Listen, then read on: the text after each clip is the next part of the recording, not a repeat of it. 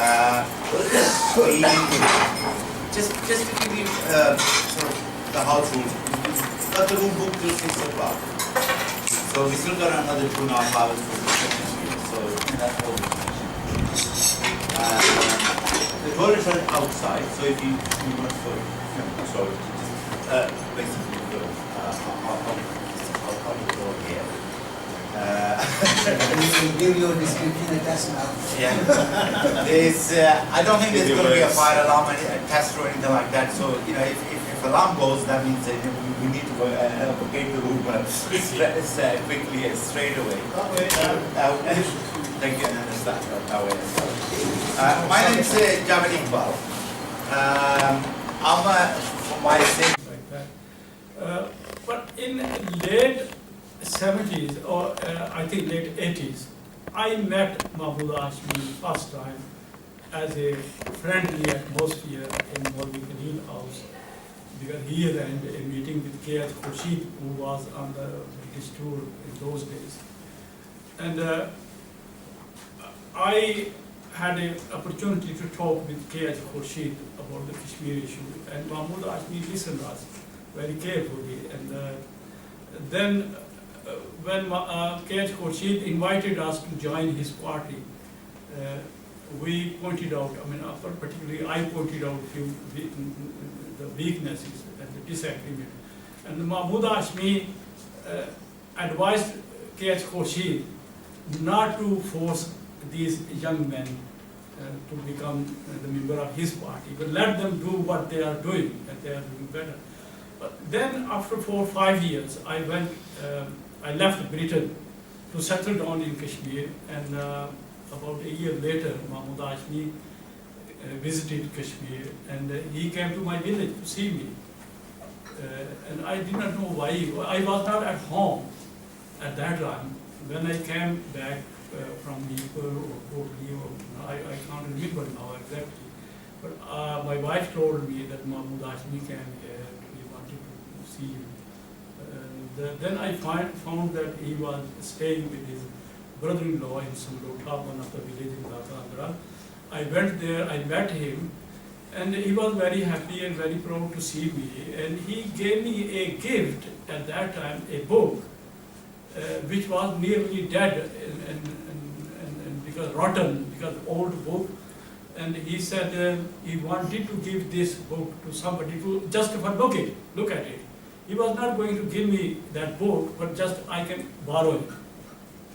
I saw this was a statement of Sheikh Abdullah in court when he gave this statement during the Quit Kashmir movement. So by looking at that book, I thought that Mahmoud Hashmi is actually very interested about Kashmir independence or nationalism or secularism, because he's giving me this book of Sheikh Abdullah. So he said, I can borrow this book for some time and can look at it and give him back. But I took that book same time, took it to the photocopied it, and the same day I gave the book, no, not same day, 3 days later, I gave the book back to him. Then I did not have much opportunity to see him, but in 1997, when I started my study for higher education, I got admission at Warwick University, and I did not want to fail at this age, at this time, in passing my degree. So I went to everywhere where I can see, or I hope that I can get help, advice, or encouragement. And I saw Hashmi in those days as one of my, person who could help me. So I started visiting him, and at that time, during that, our relationship built as a friend, we talked about. And then I asked him to give me his book, which is called Kashmir Udas, it's worried and painful.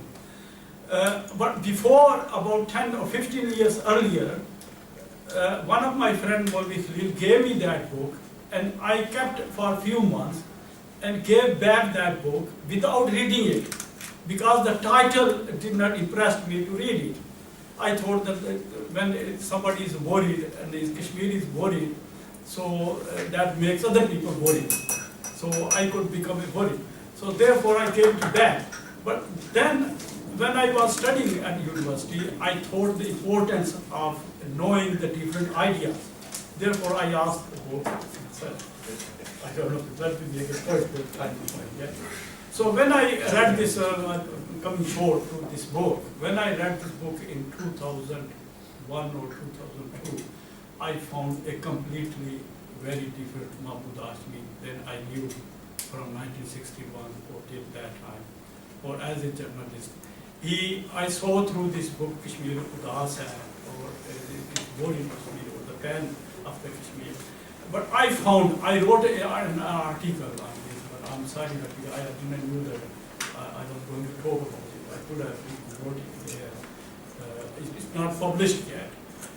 But that book shows that Mahmoud Hashmi was one of the most patriotic Kashmir, freedom loving person, not a revolutionary or radical sort of thing, but pro-people, you can say pro-people. And when he came from what we call now Bharati or Indian occupied Kashmir to what is known as Azad Kashmir, you cannot judge that he is worried about Kashmir, because he was commander at that time of a peace force leading about 200 soldiers under his command, and carrying a gun. He was arrested by the AK forces in Azad Kashmir. And then the way he writes Kashmir Udas hai, the way he describes his diary in Bharati occupied Kashmir, and the way he described Azad Kashmir, the concept, and the role of the people, role of the army and the government, he thought that it was a very revolutionary movement towards the liberation of Kashmir. And he was comparing this movement with the Sheikh Abdullah's movement. But then he did not describe that as events in Azad Kashmir the way he described in Bharati occupied Kashmir. So I found through his writing that the root or the cause of his worry or his pain is not in Bharati occupied Kashmir, is in Azad Kashmir. Thank you very much. Thank you. No, that's fine. I think it really just shows, that you can't actually sum up Hashmi in 10 or 15 minutes. Really, you need a separate discussion and a full discussion, really. But what I will ask is people to stand up and do 1 minute silence, actually, in respect of themselves.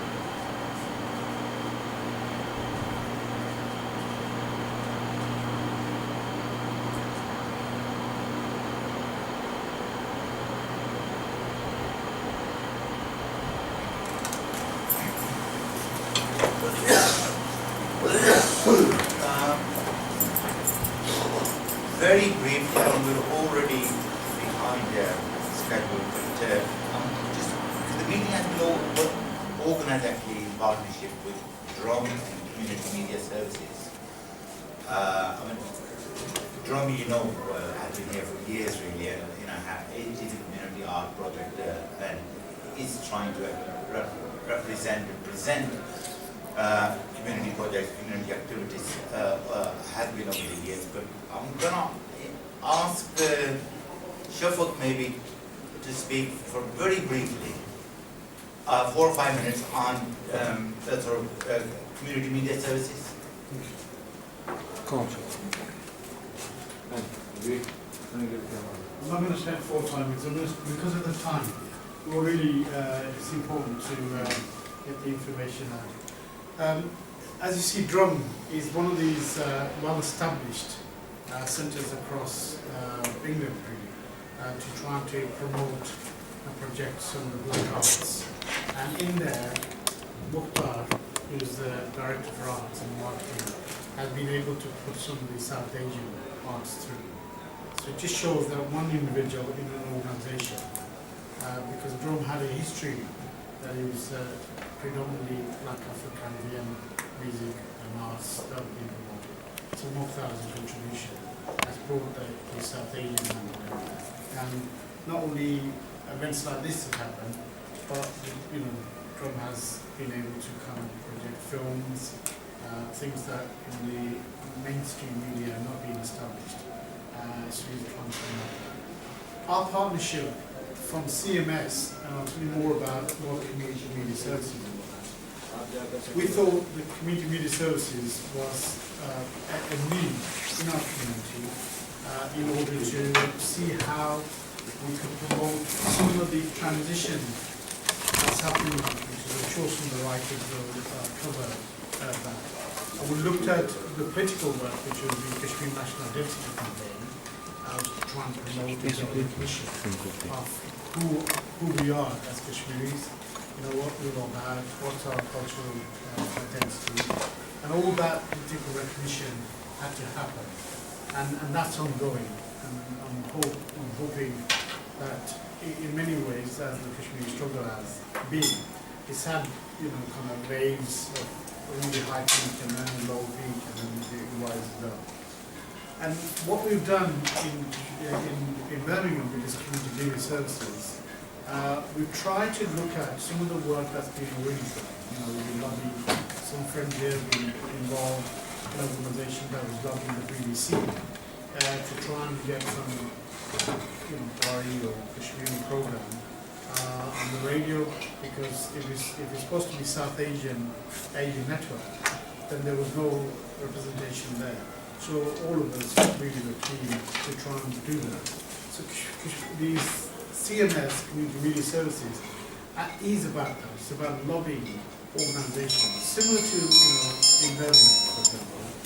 We've got a city that not too long ago promoted one of the biggest world stage programs, which was the London Olympics, and Birmingham was given that high regard to kind of come and visit. The Malaysian team came and stayed at university, but it never promoted some of the communities that were living here. So that some of the you had Irish folks, you had some of the European, you had some Bhangra representation, but none of the Kashmiri arts or music that were coming. So CMS has been about that. It's about trying to get that recognition. And we recently have been working with all the organisations in South and North to try and see how we could promote some of the arts and maybe get that stream. CMS done work, some projects with young people looking at exploring identity. The Women's Project looked at ways that they can inspire some young women to become mentors in the community. And we've also recently projected the Saint Muluk work, the Bucks work. And we're doing that to try and establish an academy in Britain. And we've done lots of methods of Saint Muluk. We've got one event that's happening on the 14th. I hope at the Middle Arts Centre. Hope people who are able to come, please come to it. That's what we're about. It's an organisation that really wants to involve and attract everybody else. And also. Thank you. Thank you. Thank you, Shabu. Colleagues, I think we'll move on to the main discussion already. Kashmir has been in the news since the late 80s, really. But in many ways, it's probably been in the news since the 1930s. The struggle that has been going on in that part of the world, really. But since the late 80s, with the uprising that has taken place on the Indian occupied Kashmir, it has been really going through a more or less a struggle more or less through revolutionary period.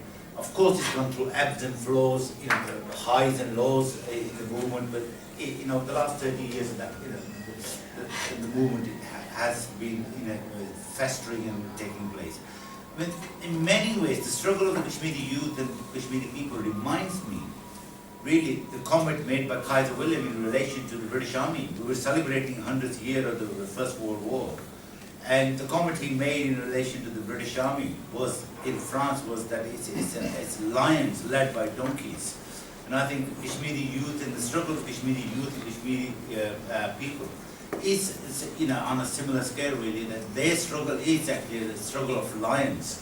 But unfortunately the struggle is led by donkeys, but the leadership, the role of the leadership is in exactly in the same way, is similar to the role the British general played in relation to their army, according to Kaiser William really. But I don't want to actually take up that issue because I'm sure that issue will come up in the discussion that we're going to have in the next an hour or so. First, I'm going to invite Shamus. I mean, Shamus is someone who's you know, not only a community activist, you know, he's got a role, he's been politically active within Kashmir even before he came over to the UK in the 90s. But since then, you know, I've known Shamus for a very long time in various activities around Kashmir identity, around other Kashmiri struggle. And really, the first time when I was asked by Mukhtar that Shamus had written a book on Kashmir identity, and I thought actually it would be Kashmir identity from the point of view of the UK, and I was pleasantly surprised when I started reading it.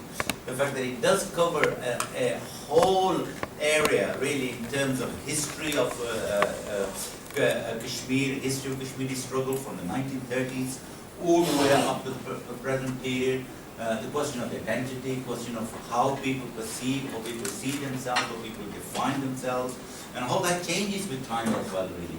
But again, I don't want to take up Shamus's contribution, really. But what I'm going to do is ask Shamus maybe to speak for about 10 minutes, give us a bit of a flavor, really, of the book, and then, you know, we can have a discussion. I mean, what I want to do, really, is bring as many of you as possible into the discussion with Shamus, have that interactive discussion with Shamus really, so we can, you know, get to the bottom or the deep end of what Shamus has been trying to sort of get across in his book really. But over to you. Thank you very much, Javed, and thank you everybody for being here. And well, I can give you some highlights of this book in 10 minutes, and then we can discuss if there are questions. This is mainly about Azad Kashmir, what is commonly called Azad Kashmir, and obviously it has a lot of other descriptions depending on your political position and political stance, like Indian, Pakistani occupied Kashmir, Pakistani occupied southern Kashmir, Pakistani administered Kashmir, Pakistani controlled Kashmir. So all this terminology is used in different spheres and by different presenters. In this book, I have the longest chapter is on the history of Azad Kashmir, how this idea came about, from which struggle it was born, and how then this government was set up, and how there are different interpretations of the setting up of the government, and then the extent to which it has autonomy or control over its own affairs, and how much it is controlled and steered by the Pakistani administration through different structures like Kashmir Council and all that. And it actually, here I did go further back in history to highlight some of the, which I think are misreading or misconceptions of that period of history. And for example, it is common kind of perception that the modern popular struggle was started with the Reading Room Party or Young Men Muslims of Jammu and Reading Room Party of Srinagar. But there is very little knowledge about the activities which were taking place before that around the civil activism.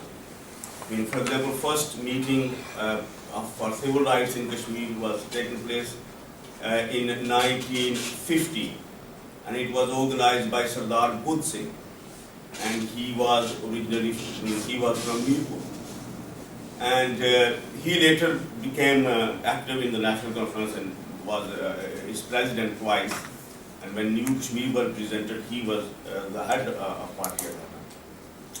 So similarly, it is also this misconception or contested incident of history, the formation of the state. It is commonly projected as a kind of sale deal where Kashmir Valley was sold to, majority Muslim people were sold to a Hindu ruler by British under the Treaty of Amritsar, which of course is one of the readings. But if you go into it, it was basically a follow-up of another treaty which was signed between British East India Company and Punjabi rulers who lost a war against British, and as a result of that, they were to pay the war indemnity money to British. That was 15 lakh rupees. It's 1.5 million. And but then they could not pay, and it was in the first treaty that if they can't pay, then these areas British will take over, and then it's up to them what they do with that. So because they could not pay, so British then had control over those areas, and Gulab Singh of Jammu, he then obviously he was in interaction and communication with British, and he said, I am willing to pay if I can have the control of these areas, because he already controlled Jammu and Ladakh, I think, yes. So he then paid that money, and which was reduced to half, 7.5 lakh. So and then the another related misconception is that Hindu bought Muslim population. In fact, he did not pay all money from his pocket. He collected it from local landlords and local people with money, and they included many Muslims. So it was not simple Hindu-Muslim thing the way it is presented. And similarly, if we move forward, then there is a misconception. The National Conference was, Muslim Conference was changed to National Conference through a conspiracy by few Hindus like Premnath Bazar and Indian Prime Minister Nehru and all that. But it involved massive discussions for a few years. The debate started in 1933, soon after the formation of Muslim Conference in 1932, and it went on to 1939, and it was changed through first the Central Committee meeting, then the Working Party meeting, then the National General Council meeting. So it was not simple one person's decision. So similarly, there are a lot of other issues which I have raised, which I can't go through in detail about everyone, each one of those. And similarly, then the government, the way government was formed, and the idea was obviously coined for the first time of Azad Kashmir in 1946 in the convention of Mazdoor Kisan Party, who not many people know, who are interested in Kashmir, but not many people know that there was another party of peasants and workers, which was disintegrated with the disintegration of the state. And and then the Azad Kashmir government itself, it was declared on 4th of October, and then it was reorganized on 24th of October. Well, interestingly, I always thought that 4th of October was very independent Kashmiri government. But when you closely read, then you realize hang on a second, on July 19th, 1947, there is this Muslim Conference Party meeting of minority members who called this meeting to oppose the resolution which was passed one day before by the majority of Muslim Conference, the new Muslim Conference, and this meeting was to oppose that resolution by minority. The minority which opposed it, they called the meeting on 19th, and then they passed the accession to Pakistan resolution. And that meeting is called by Sardar Ibrahim Khan from Poonch, Barrister Sardar Ibrahim Khan, who was a rising star in Muslim Conference at that time. And then on 4th of October, when this independent government is formed, he is Prime Minister of that government. And in 2 months, he changed from pro-Pakistan position to pro-independence position. It's a question. I mean, I'm not saying that he did not, but it's a question. And then obviously there are a lot of other similar things which can be controversial or which can have different views, but they are not like the established discourse or narrative on this issue. And then I try to write about British Kashmiris, how migration started and how people came here. I mean, not many people know.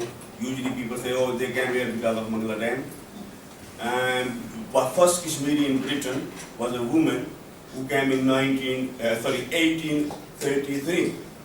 Her name was Jani, and she was from Srinagar.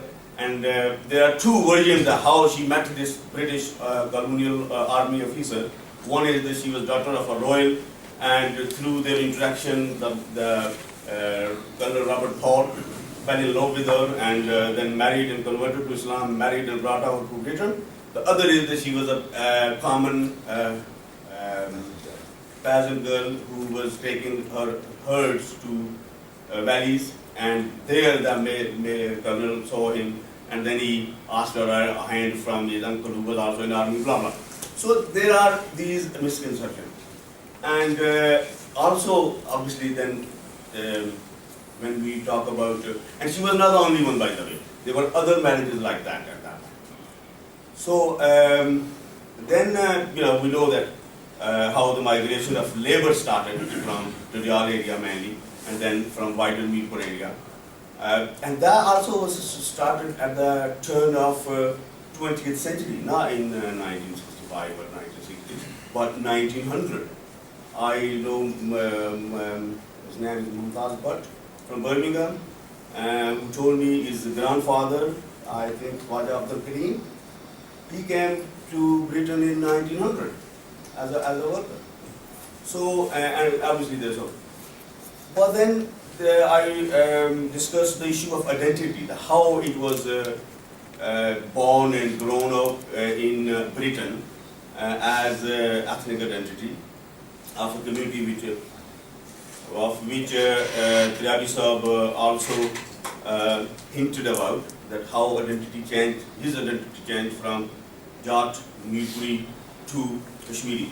So this process obviously happened in certain people, and it did not happen in some other quarter.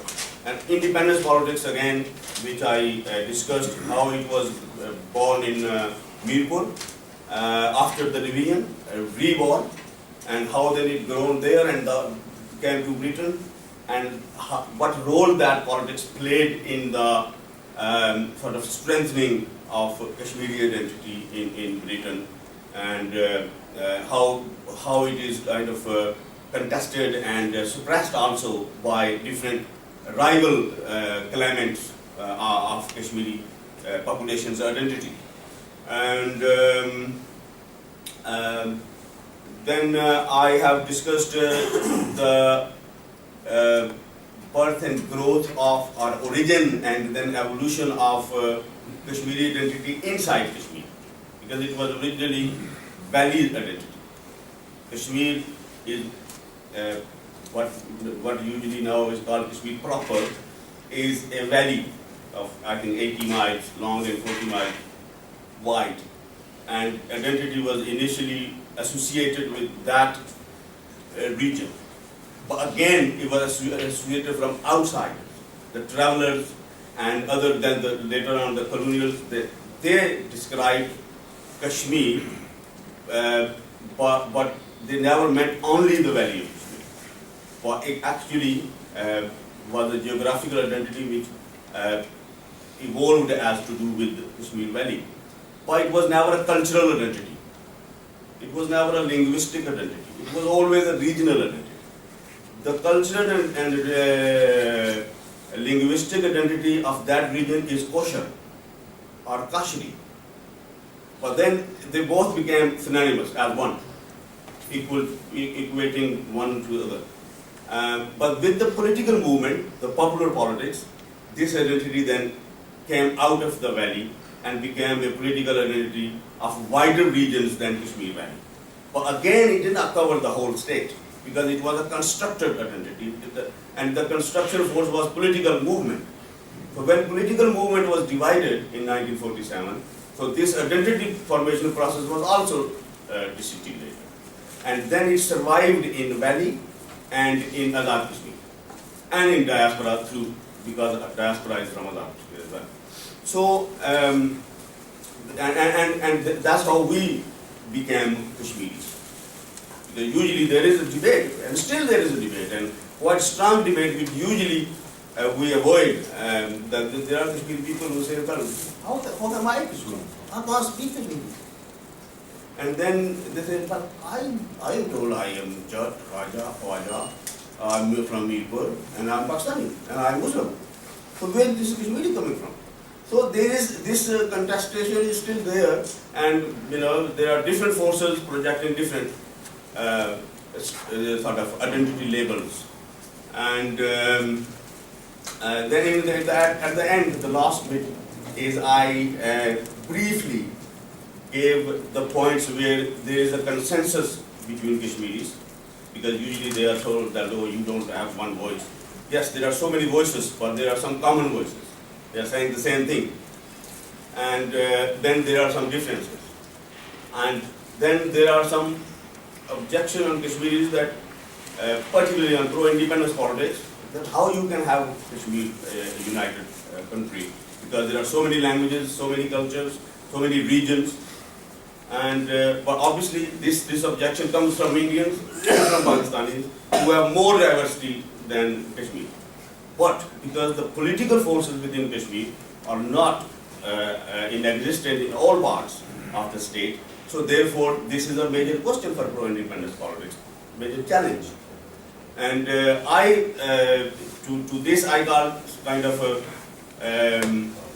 that there is a way of a democratic way of giving autonomy to all regions, but at the same time, if this argument from India and Pakistan that on that basis they cannot have an independent state, then this devolution, will it also be applied to India and Pakistan? Will the Indian different states will given right to self-determination, like they are asking for all the Kashmiri regions to be given, which is principally right, or will they give it to their own people and send to Pakistan? So that is kind of gist of the book. Thank you. We obviously going to hear a lot more from Shama Secretary, but just I want to ask maybe a couple of questions. Yeah, of course. Sorry.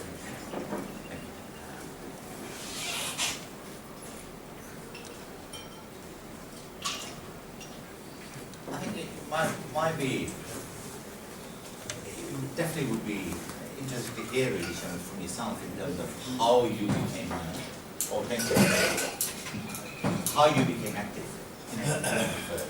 Yeah, that's why I wanted you to ask. And Yeah.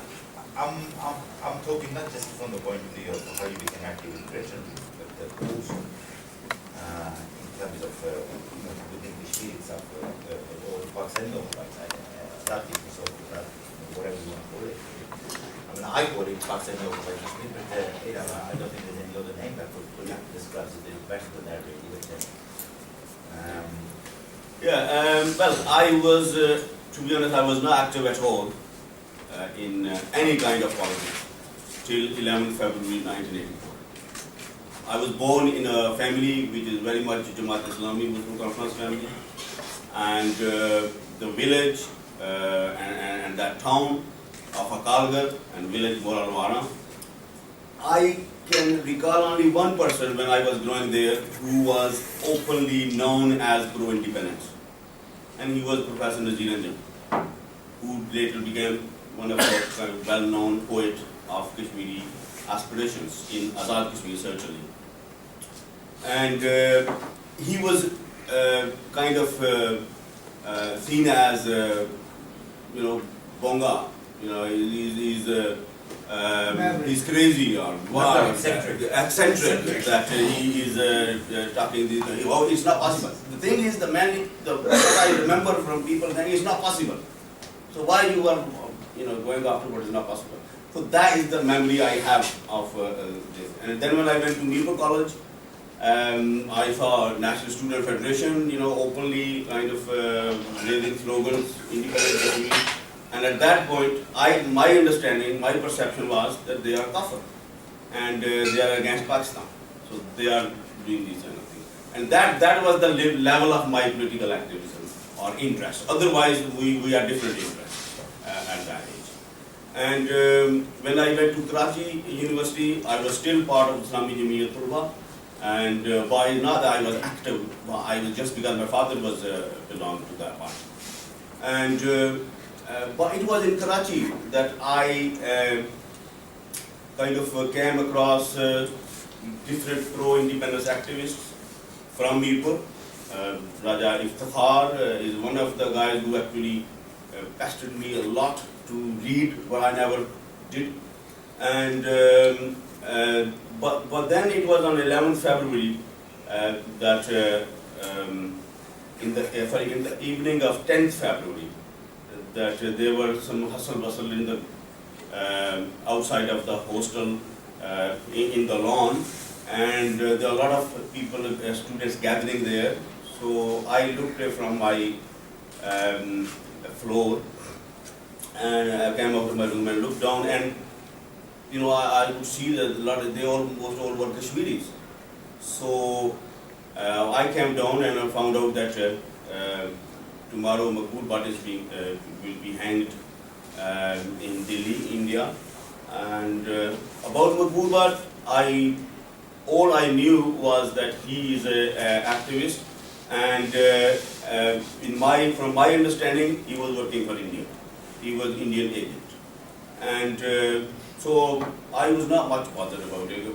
But then, when everybody was going, and my roommate, Mansha, and other roommate called Kareem, they asked me, let's go, and I said, well, I'm not going. But he said, oh, Jumati are going as well. Why are you not coming? So I said, okay, I'll come.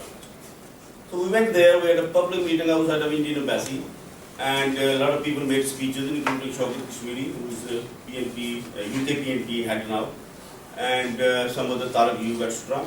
And I was kind of, then I found out that there was a kidnapping in Birmingham a week ago of Indian diplomat, and who was murdered then, and then in revenge, India has done this. So again, I thought, okay. Although I was not much kind of, you can say, moved or, okay. But the next day, obviously, when I went to university, there was a university bus there. Not one bus, there were quite a few buses in the ground, and there are a lot of people were getting onto those buses.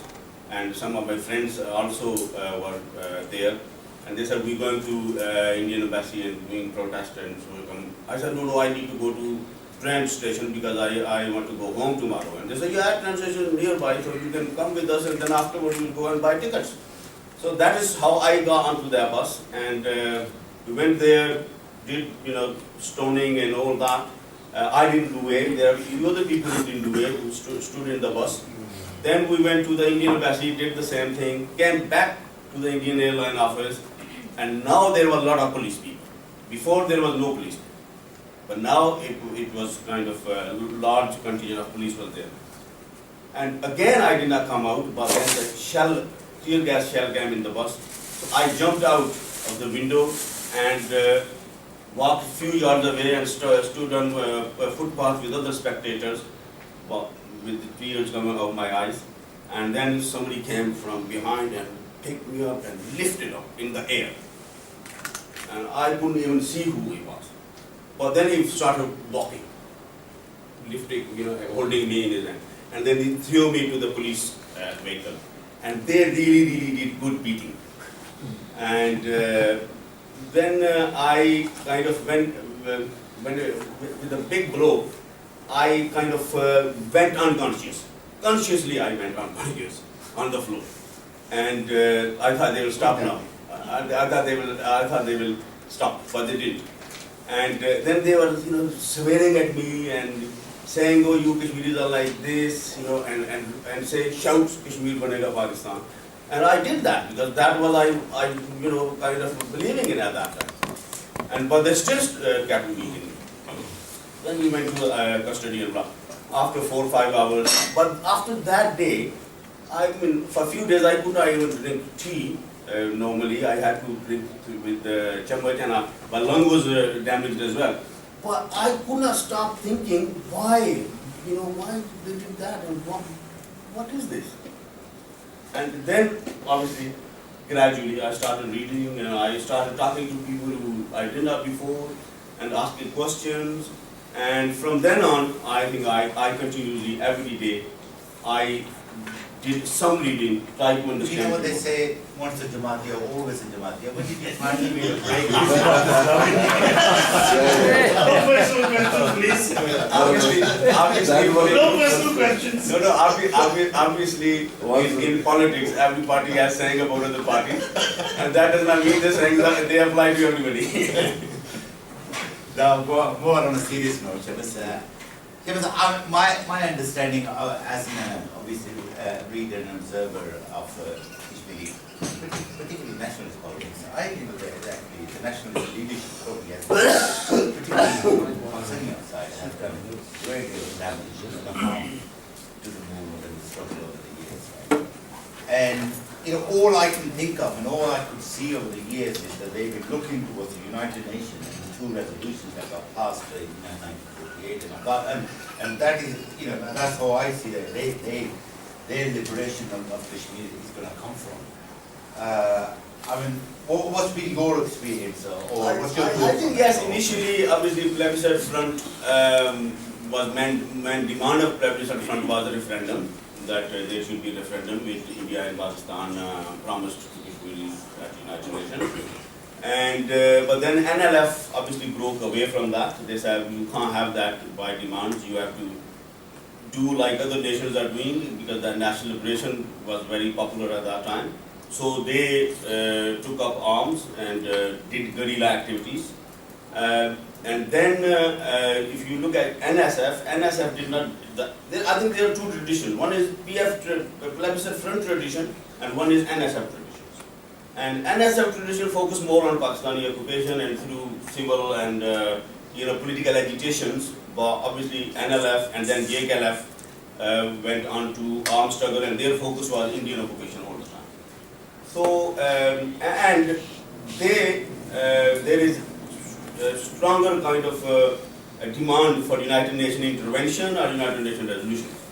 But from the NSF tradition, I think it was all like a political movement, and through that, obviously there can be a lot of issues with both strands and criticism is there. But I think it's not as simple that they always looked for UN intervention. They did their own bit as well.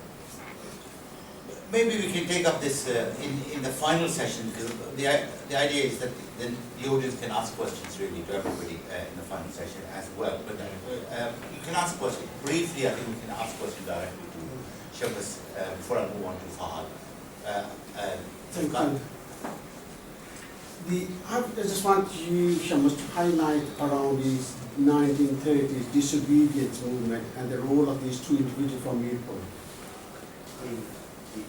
Yeah, like I said, Sardar Budh Singh was one of the activists who organized the first public meeting for civil rights in 1950. And he was Wazir Wazarat at that time as well. So obviously there's a lot more to say about him and his work. This is back before the 1947 partition, so why you said 1950? 15. Sorry. And then there were other activists who became more active with the time, and they included Raja Akbar and Maulvi Abdullah Siakwi, Maulvi Wabdeen, Baba, I forgot his first name, but his second name was I think Dolri. And there are other people whose name I don't remember by heart, but I mentioned there. And they were basically, Raja Akbar was ex-British Army person, and some were peasants, some were clergymen or Maulvis, or but with a quite progressive position on politics and social issues. So yeah, there were reasons. I've been reading your book, and one of the things that I picked up was that you, to some extent, were arguing that Maharaja and there was a large chunk of Kashmir poverty was moving towards independence stance. And I would like to put it to you that the scenario for the princely states generally within British India at that time was really either secondary or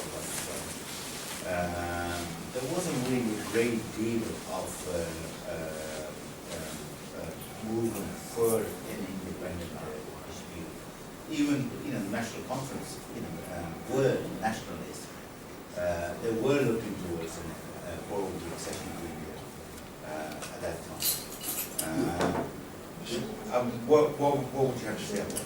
No, I think that's misconception. The term accession was used for the first time in that Muslim Conference resolution on 19th July 1947.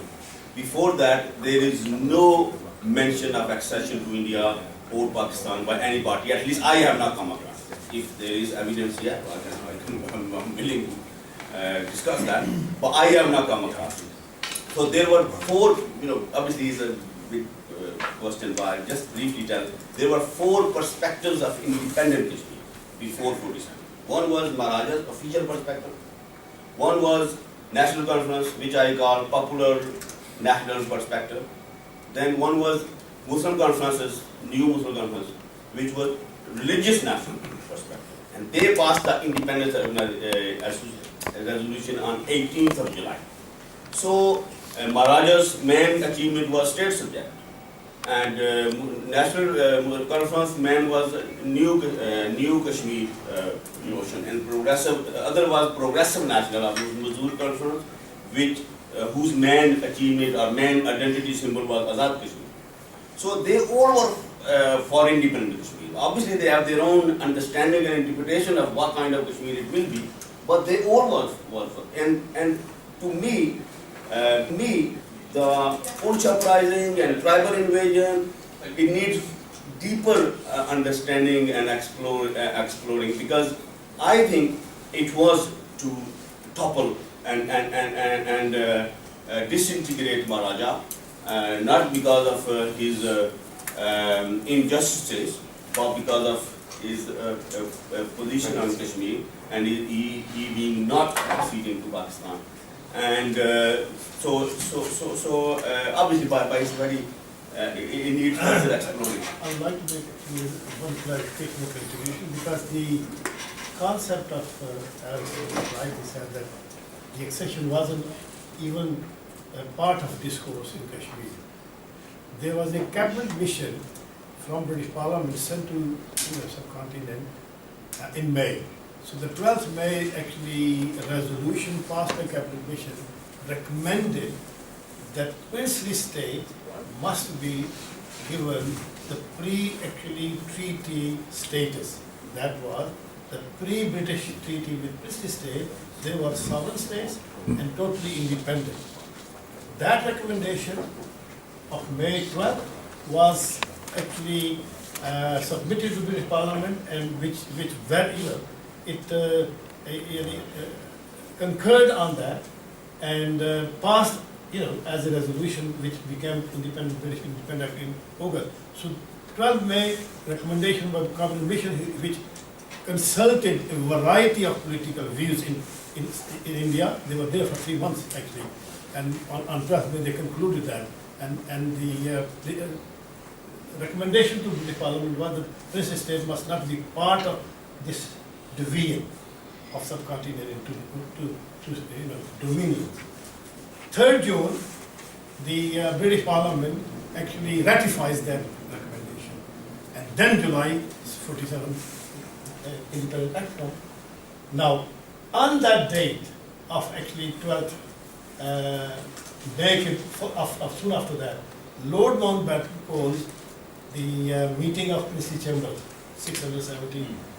Majority of them attended, and he interpreted actually that recommendation into that.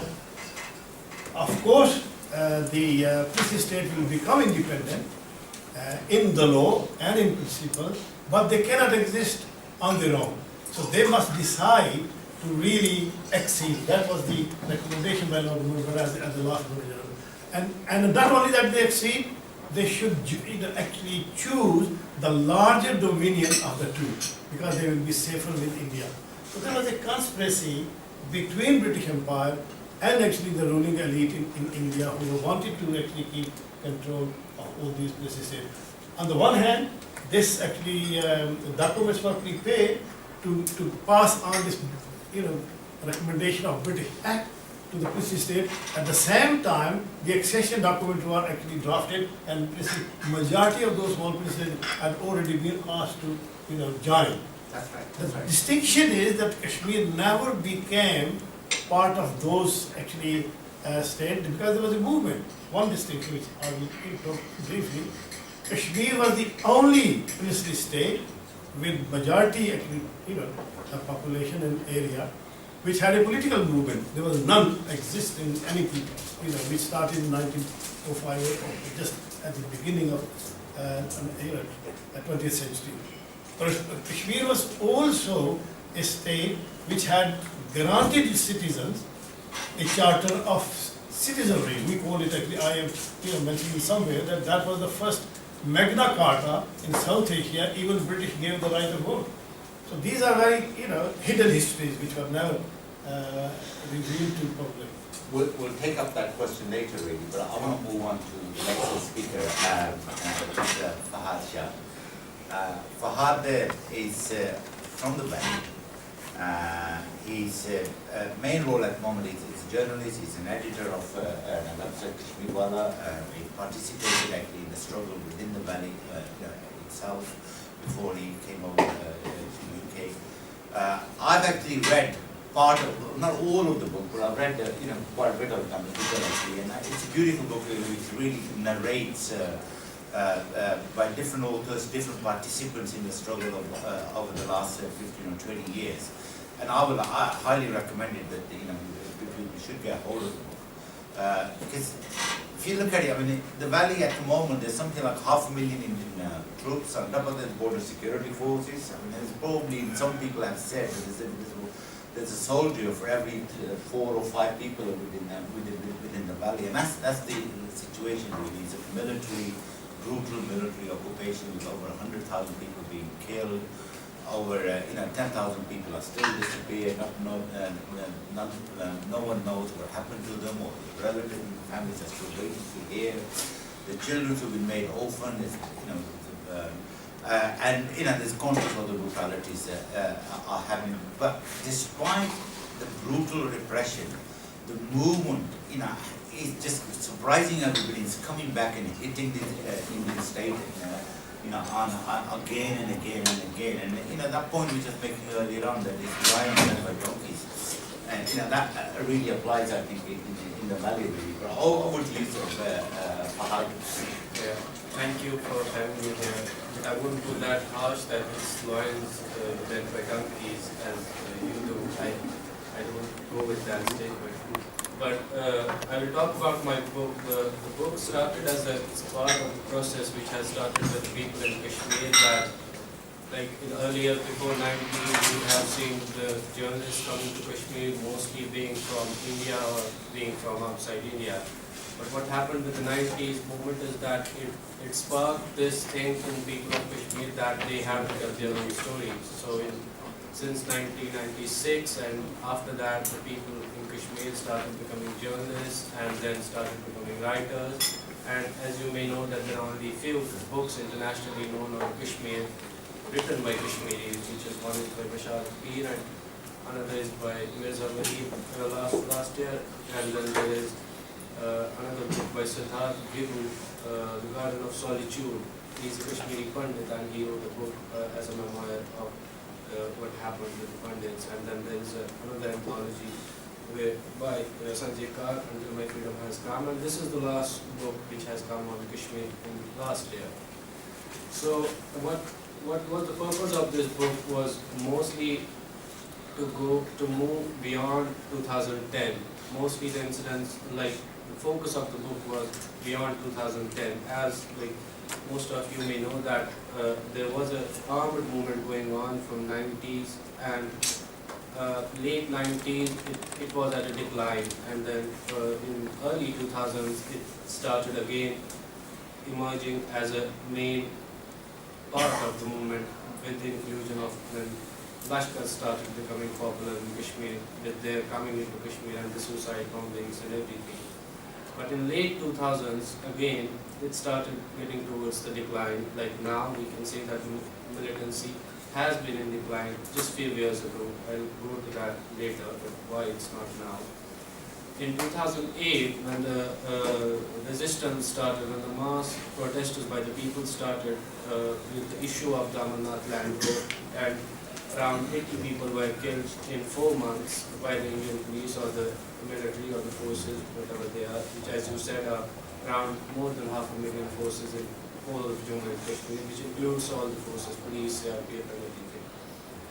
And then there are two major laws in Kashmir, which is Public Safety Act, which still applies there, and then there is Armed Forces Special Powers Act, which gives Indian forces or any forces right to either kill you or to enter your house or to arrest you, anything, and they cannot be prosecuted. And it's on the record that none of the Indian forces have been prosecuted ever so far. There was a case last year, Patrimal Take and Counter, and that case went to the Supreme Court of India, and the CBI had declared that it was a cold murder of civilians, but then the court ruled out that the army has two choices, whether they should deal this in the trial in the court or they should have in their own court, in the army court. Yeah. So then they did in the army court, and then they said what it was that we don't have enough evidence to prove that these were the murders committed by the army. So what is in this book is that after 2008, there was this young generation in Kashmir which was born around early 90s and late 80s, around 87, 88, and I'm from the same generation as me, you can guess, I'm not that old. So I'm from the same generation which was born around late 80s to early 90s, who have not seen the Kashmir which was before 90s when there was no violence. They don't know how Kashmir looked without army, how it was during 1950s. We have always heard it from our parents or grandfathers and mother or father that how it used to be. Like we used to walk on Band, which is the bank of the river Jhelum, and there used to be no military. And now if you will walk, you will see army bunkers on like every 100 or 200 meters. And no checkpoints or identity card checks. So we started seeing it, like I remember myself, the first time I remember is 96 elections. I do remember what happened in 96 elections, like how army used to enter into your houses and then force you to cast your vote. So this generation didn't pick up guns like the previous generation in the 1990s. What they did, they chose a different mediums to follow the same path. Like there are different ways now, as you can see the internet is widespread all over the world. They started using social media, they started using the creative paths to say the same thing which the previous generation had been saying. They started using videos filmmaking, poetry, music, and writing, anything that was there available, which is a creative medium, or paintings and everything. But also one of the important was stone throwing, which became popular from 2008, because during 2008 it was all about stone throwing. It was like 1,000 young boys against 10,000 army with guns, and they were just stones, and they were killed. 80 people were killed in 2008. And then 2009, nothing happened. State said that it's all peaceful and everything. And 2010, it again happened. There was mass protesters again, in which more than 120 people, mostly teenagers, school-going students, were killed by the forces during these protesters. And then also it was all about stone throwing and these creative mediums like resistance of art, which we mostly call it in Kashmir. So this generation didn't want to pick up guns. They thought that the world is changing now. It's more like a peaceful resistance can help us to do the same things, to get justice for the people who have been killed, or the rights we demand from the state. And for the bigger goal, which is mostly the popular sentiment in Kashmir from the people, is right to self-determination, which almost every leader and every resistance group accepts, that the major goal is the right to self-determination, that people should be given right to choose whatever they want to decide, which has never been given. So this generation, and this book is the same. It is the same thing, like we wanted to bring these things into it. Like this book has a piece written by a stone thrower whose name is not, only his first name is in the book because of his security. So I wanted to bring his version of how he sees Kashmir and how he throws stone and why he throws stone.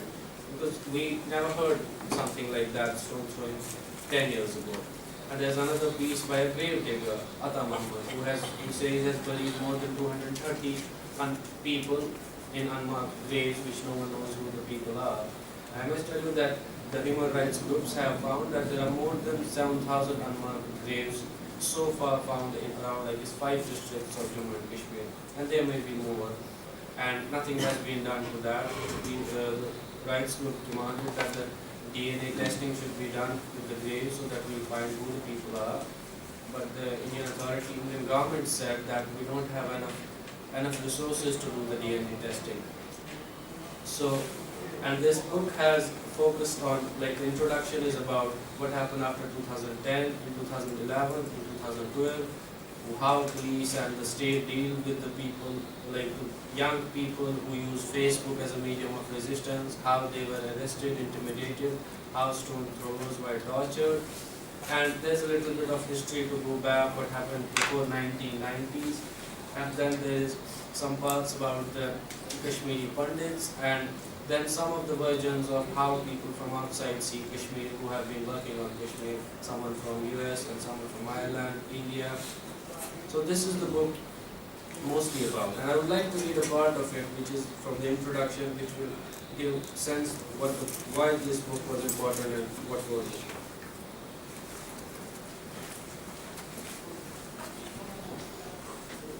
Kashmir is the most unquoted place on earth. An editor of a magazine I was working with told me once. I did not understand what he meant initially. After pondering over it for a while, I did glean the essence of the statement. There are a variety of stories about the people of Kashmir, some known to locals, some alien to even well-read residents. These narratives can be gathered from almost every newspaper, magazine, or news channel.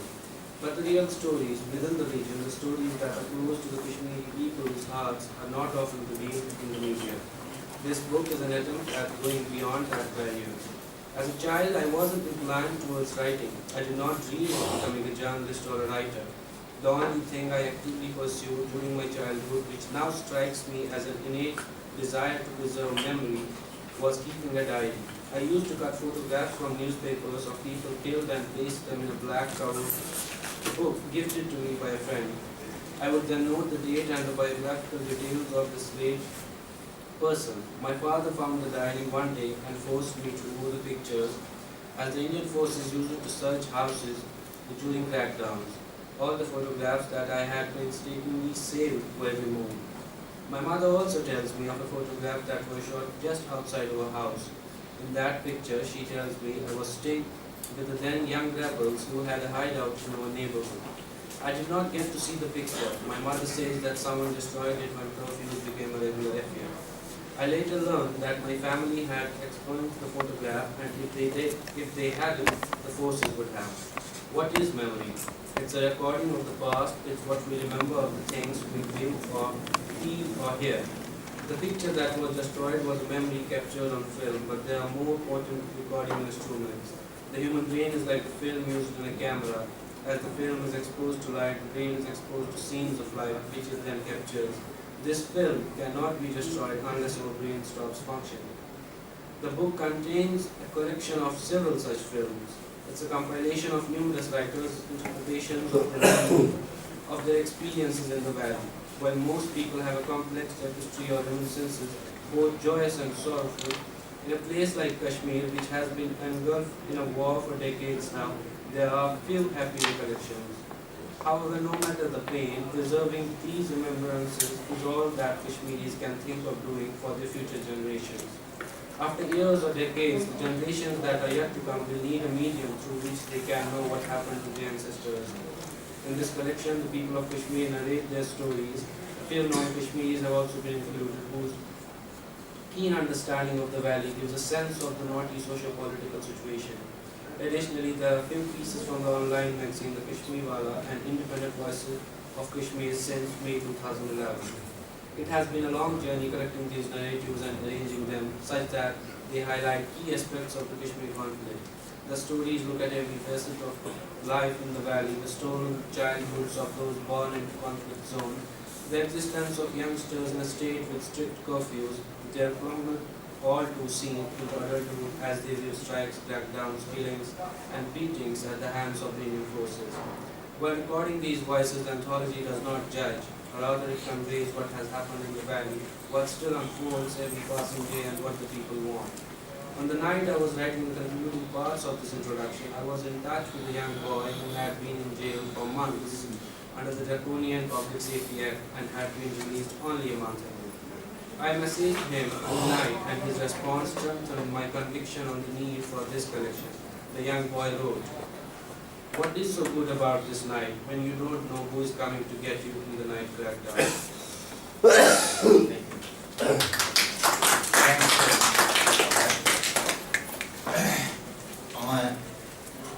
Now, I think that's a powerful, very short reading, but still very powerful. Again, I want to stress really that people should actually, if they are interested in the book, leave your contact details and we'll try to get the book to you really, as soon as possible. It's a must read really. But, I think a lot of people know Shamus really, his personal journey, but very few here know Fahad, your personal journey really. And I think it would be interesting, for everybody here really, just to get a glimpse of that house, in terms of your, when you became active or your role in it, particularly, in 2008 into the 10 and 12 movement. Well, I'm by profession I'm a journalist now. I can't go into a lot of stuff as you may know because of the profession, but I would like to tell some things about life. Like we in Kashmir in the valley live in such circumstances that you are not away from politics. Everything you do is politics, you say is politics. Even if you go to the shopkeeper, you discuss politics. You go to buy bread, you discuss politics. You are in a bus, you discuss politics. There is nothing, no moment in a day where you won't talk about politics, where you won't say at least one thing like Sheikh Abdullah was wrong or he was right or whatever. You are like, your exposure to politics is as early as you come to senses to see life around you. Like I said, I know things since '96. That was the first day when I thought, oh, something is happening here. We are not living in a normal place. And then again and again, living in Kashmir has not been that easy because of the things the state and the forces does. Like you go to school and you have to stop because there's an encounter going on, and you are in between the firing. And you're traveling somewhere, the army comes and they tell you to get down from the bus and show your ID cards. Like I have written about this, I was in class 9 and the army took us down from the bus and they said, show ID cards. Now, who can carry an ID card when he's in class 9, like a teenager? Nobody does that. We're just having fun, but no, they started beating us. So that's how life in Kashmir has been, with the crackdowns, curfews, and all these things put something in you, in your mind and your heart to do something. There are ways to do things, to respond to such a situation. Like some people picked up guns, and some people are writing, some people are making art, or some people are joining politics. So I chose writing over other things which I could have done. Or maybe I did, like before, when I was in school, everybody used to throw stones. Of course I did too, no doubt. But then it changed slowly and slowly. I thought, okay, writing is the way I should do it. And in 2009, I started journalism, working as a journalist in a newspaper in Kashmir, which is Greater Kashmir. That was the first newspaper I worked with. And then slowly and slowly the journey began. After another newspaper, then another work, then started writing for other publications outside Kashmir, then after that outside India also. And in that process, in the media, I found different difficulties working in this mainstream media center. I thought, no, this is not the way how I want to do journalism. And then that's how the website came into being in 2010. One of my friends, who's a mutual friend, Chams and me, he helped me to create the website in 2010 from here in London. And then in 2011, the magazine became the first alternative magazine in 2011. The website became the magazine in 2011. And since then, it has been covering Kashmir and other parts also. It has been 3 years now. And it was the first of its kind, and that's how it got such a recognition, and people started reading it. And that's how the book came into being. I got the book project, and then I worked on this book since 2012 and 2013, and it came last year. So as a journalist, in life in Kashmir is very uncertain. You don't know how, there are different invisible things which you can't see, but they are there. What you have to report, how you have to report. There are different things, how state tries to intimidate you, or there are different people who try to force you to not do certain things. And that's how the journalism in a place like Kashmir, conflict in Kashmir, shapes up. And then some people try to compromise, some people don't, some people are like killed, as may around a dozen of people have been killed, and several journalists have been attacked in Kashmir. But I missed one point when I was talking that what is happening in Kashmir right now, that after the 2010, when the Indian state couldn't do anything, they didn't prosecute the people who were killed or who were accused of killing in 2010. So since last 2 years and last 1 year, that these people who were throwing stones in 2010, a lot of them have picked up guns now. A lot of them were killed in 2013. I was almost into everyone's funeral because of traveling as a journalist.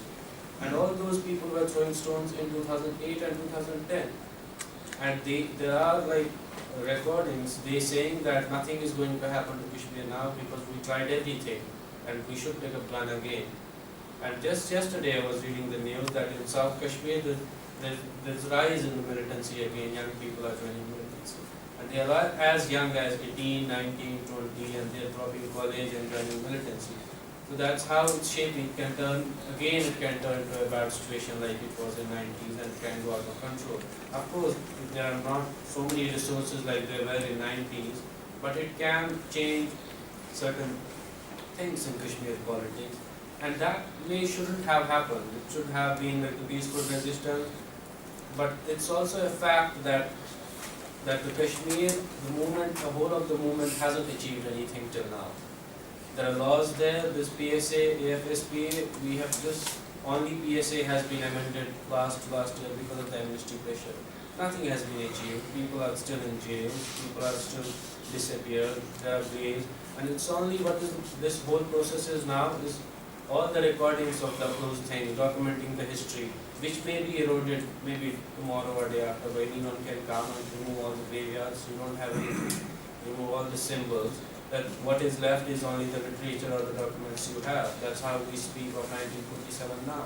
Otherwise, we don't have any symbol in Kashmir which can tell you Sheikh Abdullah was here or this is a symbol of 1947. There's nothing. So these things, like I as a journalist believe the writing and talking and documenting things is the most important part right now which we can do. There's a couple of questions we follow, because I'm conscious that I want to bring this evening to discussion as well. Just really following on the point you made at the end in terms of increasing the literacy in people looking for armed interaction with water and as a salvation of the war. I mean, we saw in the 80s, particularly in the 90s actually, that the secular nationalist insurrection being replaced by more fundamentalist jihadi insurrection, to a large extent supported and engineered by the Pakistani state, particularly the agency. What direction is the new militancy going to take? Is that going towards a secular militancy, or is it still doesn't apply to jihadi? No, I think it's not that big that like you can take a certain shape, because everybody has their individuals have their ideology, and they do something because of their ideology. The most two groups which are mostly as per the peace and as per the state functioning in Kashmir is the Hizbul and the elite. So you know both those groups have a certain ideology. But it also depends, it's the part, like this whole struggle, it's not the only struggle. In 90s, the only struggle was the gun. Yeah. But right now, it's not the only struggle, it's just a part of it. So there is a big, huge movement, there's a civil society movement going on. And they are thinking about every right, everybody has the same rights. There are students fighting for, there are students protesting. And it's not like one directional movement. There are a lot of directions to this movement. But in the larger perspective, there are people who are living in this atmosphere that they know that we have to engage and we have to accommodate everybody. And I think in my personal, view that I don't think it's the way it was in 90s, it's not at that level now. People have moved on, and it's not in that way that the way it's portrayed by India and the media, that it's a fundamentalist movement and it's a pro-Pakistani, it's a jihadi Islamist movement. It's exactly not that. It's very surprising to talk to people, even in Delhi sometimes, they think that everybody of us carries guns. They think like that, oh, you're fundamentalist, you're religious fanatics and everything. It's not exactly that. Then we would have been like forced to go to mosques. I think in mosques, not many people go into mosques, I can say that. It's not that fundamentalist as it is shown by the media. It's a little bit of propaganda also done by civil quarters who are benefited because of this. If Kashmir is shown as a fundamentalist Islamic fanatic movement, it will benefit to certain quarters of South Asia. Because it's a new way. That's how the United States created the war on terror. This was their first thing. After that the communists will come and they will hurt us, then they created Islamists will come and then they hurt us. So this is the whole world political scenario that the same applies in Kashmir. Following on from that, just final question before I ask people to come in. I mean, the recent elections in India and the victory of BJP, Modi in particular, and he's unsafe character's role in history, and their manifesto and the promises gradually they made in relation to Kashmir's autonomy and country. What impact is that going to have in your opinion within Kashmir, within all this? I think it's too early to say how he's going to shape. Like we know the last BJP government before the Congress was very much interested when it was under Vajpayee, interested to in Kashmir and they were having dialogue with each other. But now the scenario across the border has changed. It's now a shape and he gave this swearing-in ceremony that was surprised a lot of people in Kashmir. It was really calm. So it's too early to say what he's going to do. Like we know that before elections they were saying that the Article 370 which gives some of the special status to Kashmir, we will revoke that. But now just last night I read the news that they are saying that no, we will do a structured reply to this debate of Article 370. So now they are not that open, no, we are going to revoke it the way they were before. So I don't think it will be I think there will be dialogue between, because there are, like you have seen the reports coming in, the Kashmiri separatists in Kashmir, they are interested to talk to India. There was a letter written by Veer Zuma Farooq in one of the Indian newspapers to the people of India that we want Kashmir issue to be solved once and for all. But I don't think there will be something big, but maybe small things, and they are now aiming at the assembly elections. BJP is trying to get hold of the state structure now. They're not concerned about more towards how the central government will behave towards Kashmir. Just the plan for the assembly election is, which they named is 44 plus, because we have around 84 seats, and if you move beyond 44, then you will form the government. And maybe they can, because they have won 3 seats in Kashmir for the Lok Sabha election, which is quite new. Like the NC has been wiped out from the whole of Jammu and Kashmir, which used to win all the time, and it's PDP and BJP now. So the whole political situation on ground is changing. So maybe there will be a lot to say after the assembly elections, how BJP will perform in the assembly election. That can change several things. Just to clarify these 3 seats they won, what is the makeup of that constituency? They won Jammu, Udhampur and Ladakh. Who won the valley? PDP. I found it's nice to hear the stories that you have highlighted. But I want you to shed some light on this perception that Kashmir exists only in the valley, other side of the Banal Tunnel. Starts from the Kazakhstan and just as Shama said, this 18 mile by 40 mile. And what about the view of the other people within the Jammu region, like Poonch, Jammu and Kashmir side, all those views of the Pali speaking and the local speakers? I think this is the first question I have been asking the last 10 months everywhere I go. And Shamas knows about it. Okay. And I think it's lack of communication. Because it's the perception that we have this. I think it's lack of communication that has added to this perception.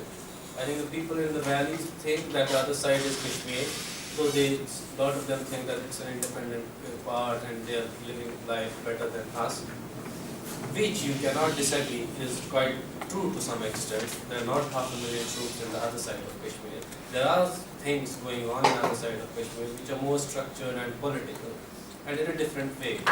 But it's lack of communication, because if you see, like, there are several newspapers in Kashmir. Like, if we go to the basics on the ground, if a person is at home, how does he or she get to know about a certain thing? From news. So we pick up a newspaper in Kashmir and you will see there will be 2 or 3 news items about other side of Kashmir. That too will be press releases from some political organization or for something that has happened which is quite good for tourism or something. This is the basics I am saying, the newspapers, major newspapers. And all other 16 pages of the newspaper will be about Kashmir, India, other things, world and everything. So I can say, like, people know more about Afghanistan politics than on the other side of Kashmir. Because this is how it works. And then on the other side of Kashmir also, I don't know, I have talked to some of the people, they also don't know certain things, what happens in the valley.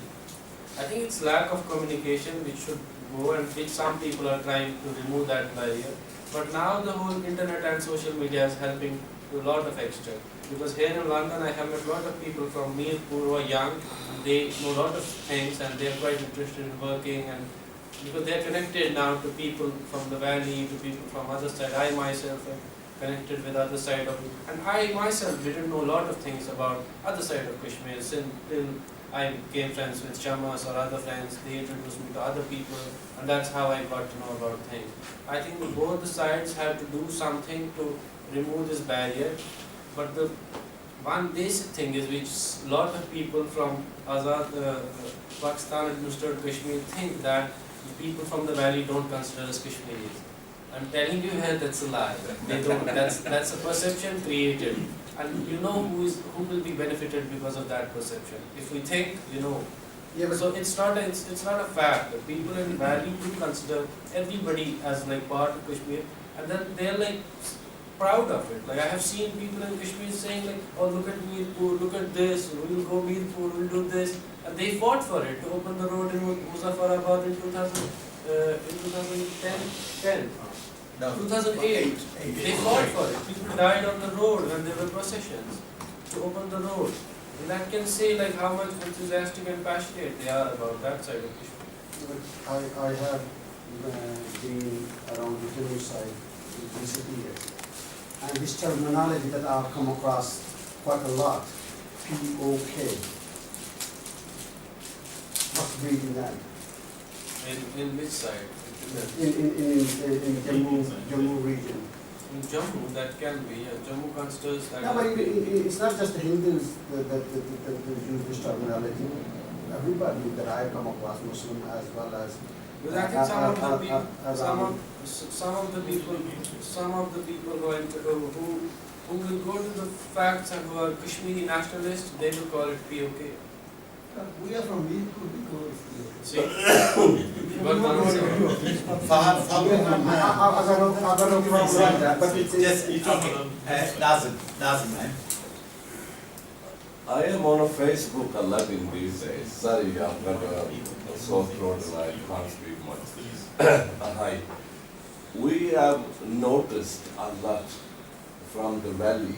A lot of people are using a word like Gujars, Dogras. You valley people use those words against us. You just said it's all perception, it's nothing like that.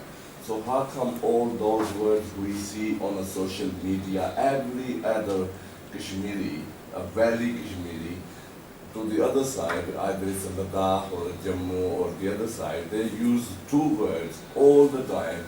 Oh, you are a bloody Gujar, or you are a Dogra. That's what you do. should I respond? Yes. Okay. Have you seen this? Have you seen the school syllabus of in Kashmir? You haven't. So it starts from the basics. People in schools have been taught that there are these different sects. In the school syllabus, if you will see, there is a separate page. Dogra, Gujars, Sanskrit. There are people in Kashmir who are fighting for their rights, and they call themselves. There are groups, Gujar groups, who call themselves Gujars, and they're proud about it. Nobody alienates them from anything. There are people working in every official position. There is if you will look at the cultural academy, there are magazines for every sect and every language. There's a Pahadi magazine, there's a Gujar magazine. One of the deputy directors was a Gujar. I don't remember his name, Javed or something. And he is one of the front runners for the rights of the Gujars. I don't think it's something like that. But I can tell you, like Shabir Long, a well-known guy from Srinagar, politics. He's in politics. A person like that, when they have a fights with us. I don't know him. See, he is not that popular. Maybe. But he is a very popular on Facebook, on social media. Maybe it's a lot of difference. We see this a lot on a social media. You have to see if this divide widens. You have to see who benefits from this. Yeah. So I don't think there should be more debate on why this is happening. There should be more debate on how to control this and how to wipe this. Absolutely, I think I'll echo that point really. Similar question to the Scots and Nazim. More to do sorry. Carry on. But mine was, just very quickly, mine was more to do with the Ladakh and Jammu and Valley really, their interaction with each other. How do they see each other as in Ladakh and Jammu and Valley? I think Jammu depends. Jammu consists of 10 districts of the region. It's not just Jammu is one district and then the whole division is called Jammu. If you go to Doda, Kishtwar, it's a different thing. If you go to Poonch, Rajouri, it's a different thing. If you go to Katwa, Jammu, it's a different thing. So all those people have a different thing. It's exactly the same. Jammu and Kashmir is exactly the same way that India is. If you go to South, it's entirely different. If you go to North, it's different. Central India, it's different. So how Jammu sees Kashmir politically is you get the answers from the events. In 2008, there were people in Jammu who protested against the Kashmiris and they blocked the way, and there was an economic blockade for months. People in Kashmir Valley didn't have food or medicine because the road was blocked. And they attacked Muslims in Jammu region. And then if you go to Ladakh, Ladakh politically is more towards India than to Kashmir. But it also depends. In Ladakh, if you go to Kargil, there are Muslims in Kargil. When something happens in Kashmir, they have a lot of times protested in Kargil. Because there are Muslims, and then they consider themselves more towards the valley. And there was one debate in 2010, I don't, in 2010 or 8, 10 or 8, yeah, when there was this debate on the state should be divided and the Chenab should be made the border. So and at that time, there were statements coming out from these small regions, from Doda, Kishtwar, these small political groups, and they were saying, who decided that we are going to be with Jammu? Who said this? And then at the end, there were only 2.5 districts who were ready to, in a way, like in this whole debate, you can see that they were ready to go with the Jammu division. And then there are statements given by Mir Wais Umar Farooq, who is saying that if the state divides, that we will let these 2.5 districts go. And that was Jammu, Patwa and half of Samba. Thank you. Sorry, I'll take you and then I'll move on to the next, the last speaker as well. Because we want to have a sort of final discussion really. So, in your discussion, like just now, you mentioned how like some groups want to be with India, but there are Muslims in say Kargil who want to be with Jammu. But like there are descriptions of Kashmir that like there aren't just Muslims in Jammu. There are a lot of groups of people. It's not just Muslims being oppressed here. There are other groups being oppressed. So I just wanted to, because like, is it just Muslims that are fighting for, not fighting, fighting with resistance, for Kashmir to be independent, and do other groups not want that, or is it like, is there oppression towards other people as well, and is it more kind of homogenous between the Jammu people? Yeah. If we look at the valley, there are 6 in valley. There is a big community of 6, and if you will see their track, in 2010 they supported the strike, in 2008 they supported the strike, and they have been part of the movement in a lot of ways. They haven't left Kashmir. When there is a strike, they take part in it. But it can't be that oppressive. Of course, there are Muslims on the roads mostly. They throw stones and everything. And of course, it's mostly Muslim majority led movement, because in the valley you have the Muslim majority. In Jammu it will be mostly Muslims. But then there are these small groups and small sections of minorities who have taken part in protests and who have been part and parcel of the movement. And they can see from the reportings and others that the Sikhs have shown their support in media towards the resistance leaders and the movements all the time. It's not about just, that's why I'm saying this scenario is changing. The way it was in 90s, it's not the same way. The way the pundits are saying we were thrown out in 90s, it's not the same way in today in 2014. It's a different scenario now. People are saying that the pundits come back. People are living happily with Sikhs. They are not Muslims. They are living with side by side.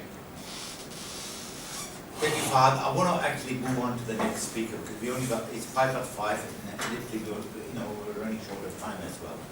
I mean, what we had so far really, an introduction by Shamus. He's looking historically, but also looking at the Azad Kashmir side as well. And then obviously we had a very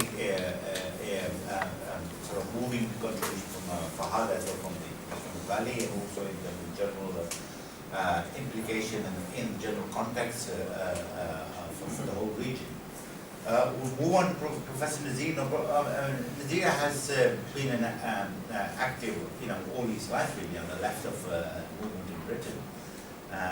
He was part of the anti-Vietnam demonstrations in the late 60s. He was part of the British Labour and Trade Union movement in the fighting racism and against the bosses and the system within the exploitation within Britain. But more importantly also, he has also been in a very active Kashmiri Marxist, who's actually come from a very different perspective to other people within in terms of actually analyzing the situation and also finding a way forward. He's been part of People's National Party of JKNF, Jammu Kashmir People's National Party. He was the vice president, he's the president of that now. Nazir's written a very small, brief pamphlet actually, and I think there are copies available at the back. You can ask him to sign them for you at the end as well, and they definitely must read. But I think what I could make of the gist of the pamphlet is that you're looking at the state really, which is basically a structured state, but within that, whether there is a nation or not. And a nation is something which is not static. The concept of nation is always fluid really. And that's something which you discuss from a Marxist perspective really as well. But I think the important thing for the discussion really, what I want to hear, what I want to develop, the points I want to develop really is this. What we had so far is where we are. What I want to really in the last hour is see where we can go, how we can actually move forward as well. Over to you. Thank you very much. I really, I'm always aware at the end, when I'm given time at the end of any session, that the concentration level as the actually academic teacher, I have 40 years of experience, starts actually, slowly ebbing to diminishing right at the end of the first hour. So we're already here for 2 hours. I want to be very brief. I have attended actually, this is the whole, this booklet is part of my bigger project which I've been writing for years, and it's not near completion at this stage. To look at the whole history of evolution of struggle for rights and national sovereignty and independence. But because the importance of time, which is moving very fast, I decided to abbreviate that project and make this whole booklet available. Basically, it's an intervention into existing discourse on Kashmir and Kashmiri national struggle. It also is at three levels. One is actually conceptual clarity of what is a nation and what is a state. And I think 60 years of our struggle over has been derailed and diverted, and there is no clarity. So I'm trying to really challenge. This is intervention for the, activists, politicians who are involved in demand for national, independence. So the concept nation is not clear within the Kashmiri national movement. One. And also the movement which is trying to achieve some goals is divided and fragmented because the basic conceptual, confusion. And at the end, I'm trying to really present or offer some strategic ideas for an emergence of a genuine movement, okay, national liberation or national independence. Politically, I'm a Marxist. Intellectually, I'm actually very, very kind of diverse influences on me because I have been in a academic at the University of Birmingham as a sociologist. So I do not only rely on one source of intellectual reservoir, but entire kind of academic interest in nation, conflict resolution, state, and also identity. I've written papers on identity which can be viewed, and I fully agree with the perspective Shamsad has actually accepted that identities are formed, deconstructed, reformed, and they are never actually stationary or static one. And also multiple identities are, and that far actually answer to those questions about, that we are told as Jews from Jehovah or is an evidence in practice that people have diverse identities, multiple identities, which people fail to acknowledge and use them as oppositions. So that's another area which I will actually try to clarify. So basically, the issue of Kashmir, as I saw and have been actually active in the movement, is what is a Kashmir? Kashmir state is what? I am saying that Kashmiri national identity, national status can be linked with the advent of or creation of this state, which was as a result of treaty, which she was, briefly identified. The modern concept of a nation is related with the existence of state, or within a state, when various minorities, cultural, religious, or ethnic, or linguistic, are not satisfied, they demand to really have a separate status with a new state. So state and nations are interdependent, interrelated. Kashmiri, diversity of Jammu, regional diversity of Jammu, Valley, Ladakh, Gilgit-Baltistan, came into existence, in my perspective, from my point of view, from 1846, as a result of defeat of Punjab, rulers by the British Empire, and then Gulab Singh was really easy, ready-made, a kind of recipient of that kind of status which was granted to them. So the legal entity, as it was created by British imperialism in the United or British India, came into existence from that day. Whatever actually debate is there, I'm not going to go into that because it's very complex. My point is that a legal entity called Jammu Kashmir was created, and people within that became actually subject to the rule by that ruler who was appointed by British, who given on board. Dogra district Maharaja Gulab Singh. That gave, in my view, Kashmir a special status within British India, which was not actually acquired by many 670 were either, most of them were either administered by British Indian other regions, for example, south, north, west, various part of India which was a British region. There were princely states. Many were larger, others were smaller, but only 11 from one this is source I came across, or the other was 4, which were quite sovereign. So I use the word sovereign for Kashmir because Kashmir had, apart from 3 areas, defense, foreign trade or foreign affairs, and communication. Raja of Kashmir was totally independent and sovereign, and British had left him alone to carry on.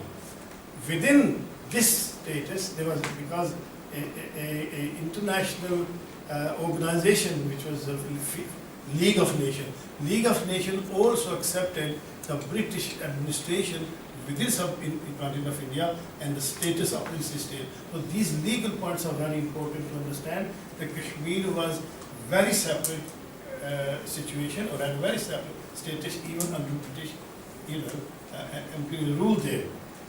However, the indigenous population of that state which was created started a rights movement, which again Shamasino briefly addressed that question, or tried to describe that there was a movement for first educational reforms, and then it started a political, and by mid 20s and 30s it became a political movement.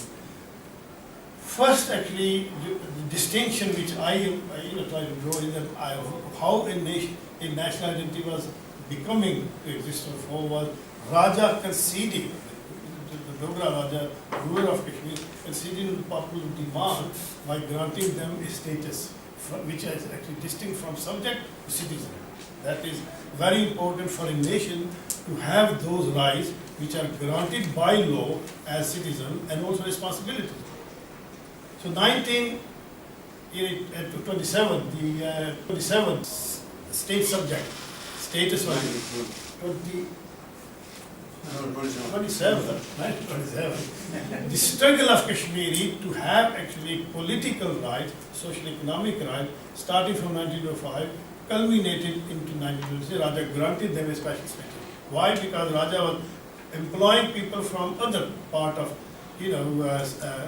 princely states, from, for example, Punjab or Patiala, or the personalities of armed forces, and actually bureaucrats from other states, and local people led by Pandits, mainly educated.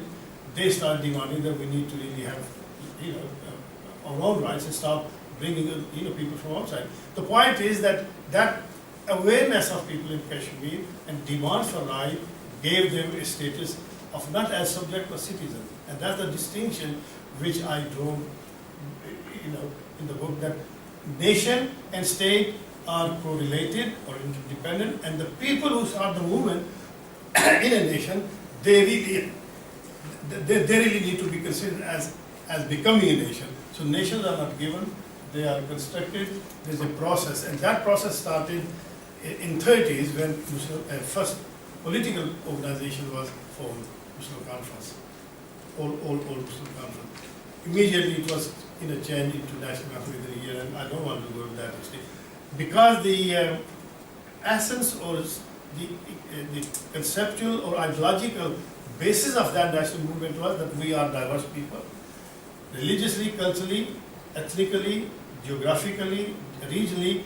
We all are, although we're different, but we all are part of one collective, which is under this rule, and we want to become a nation.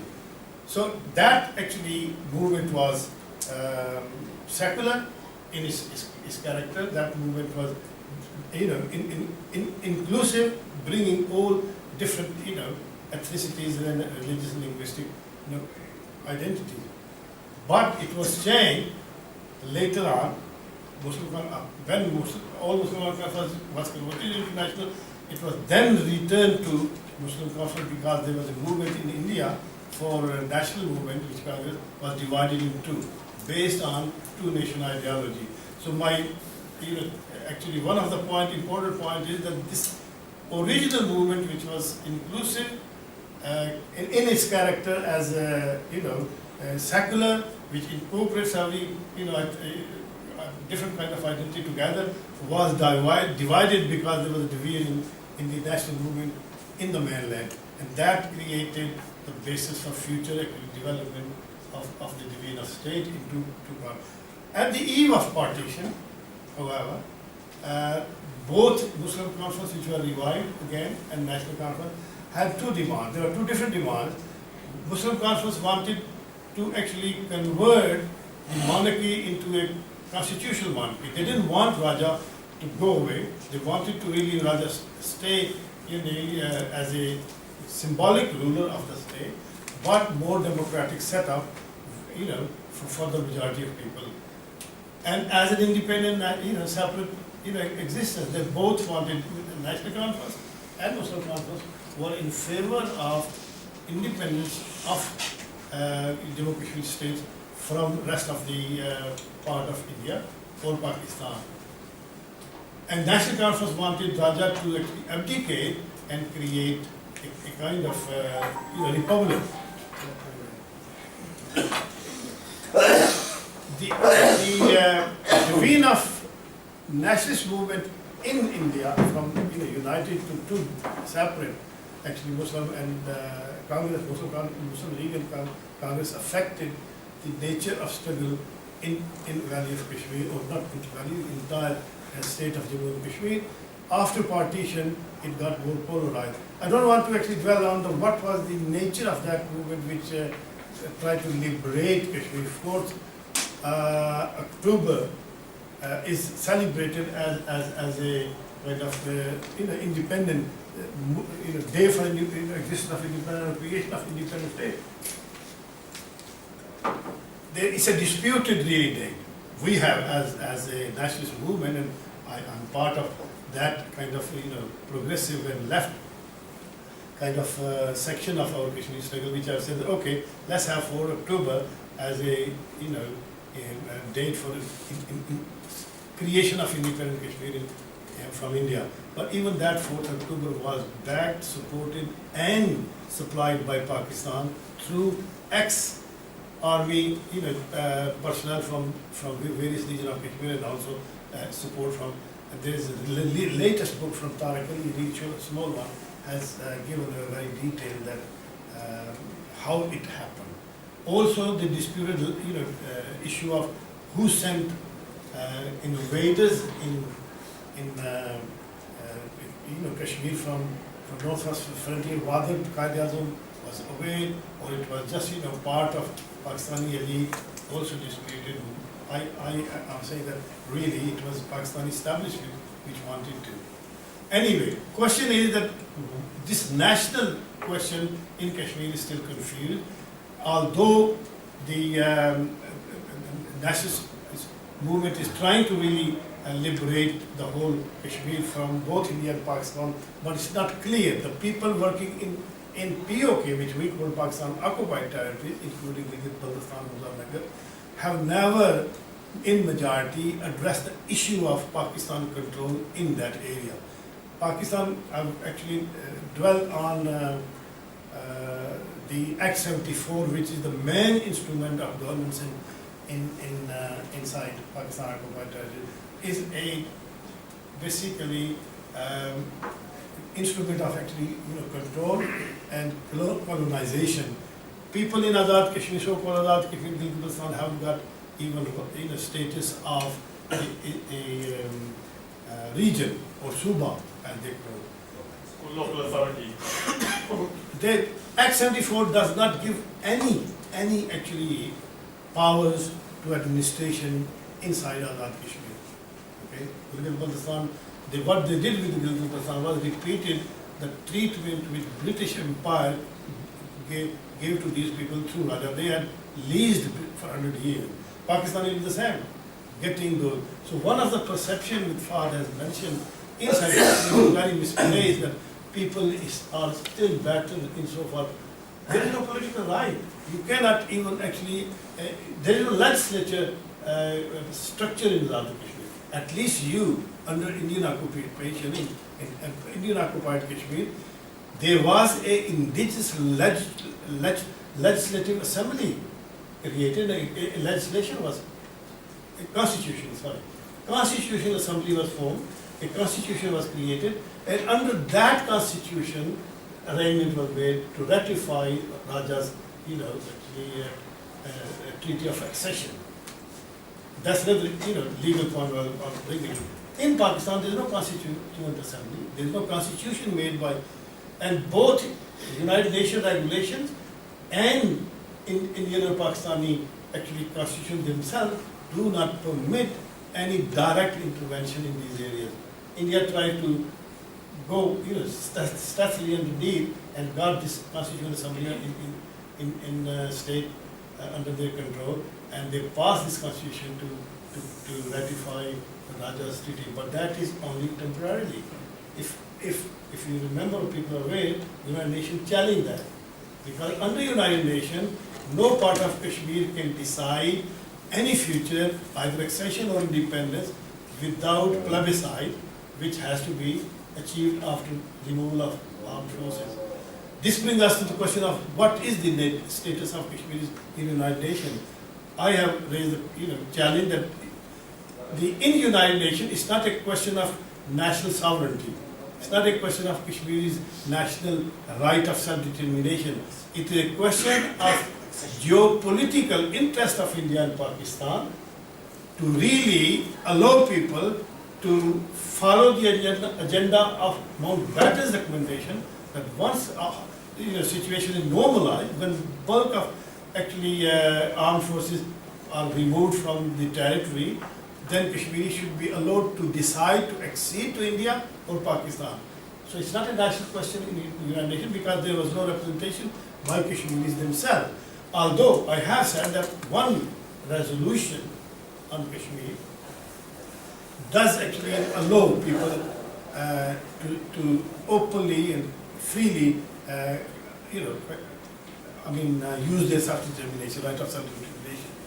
But that resolution is, part of those successive resolutions which India and Pakistan, through intervention, constrain or control or contain the concept of self-determination.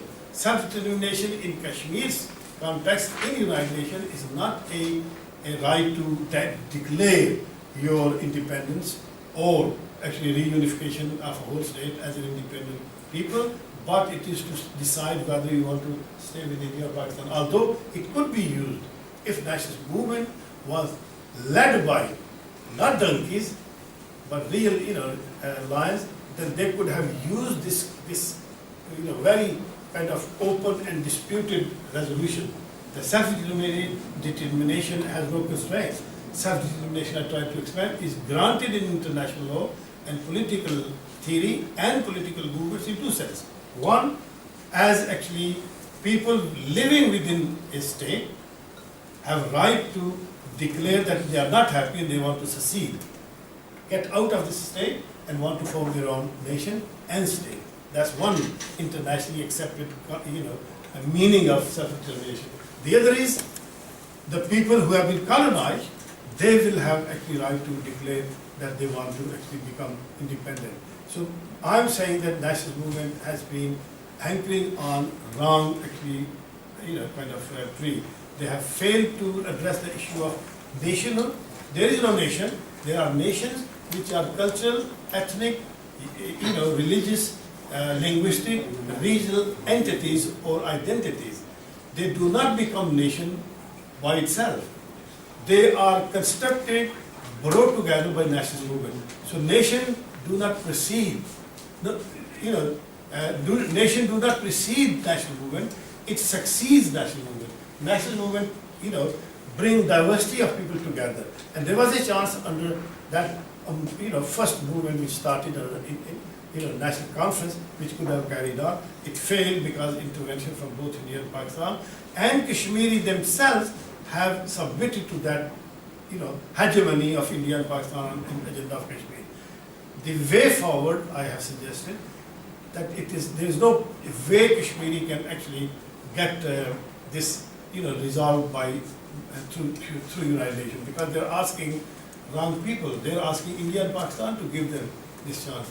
And this is really a strange phenomenon. No occupied people ever ask their rulers to take us to the United Nations and get.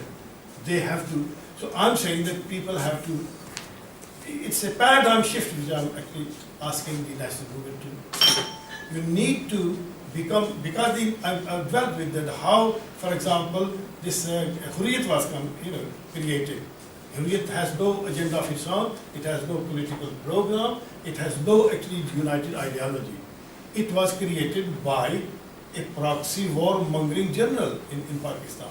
And it has destroyed the very basis of that, secular, inclusive idea of nationhood, and it created the whole world actually knows that it is a offshoot of Pakistani Islamization project, and Kashmiri movement has been turned into a religious kind of fundamentalist separatist movement.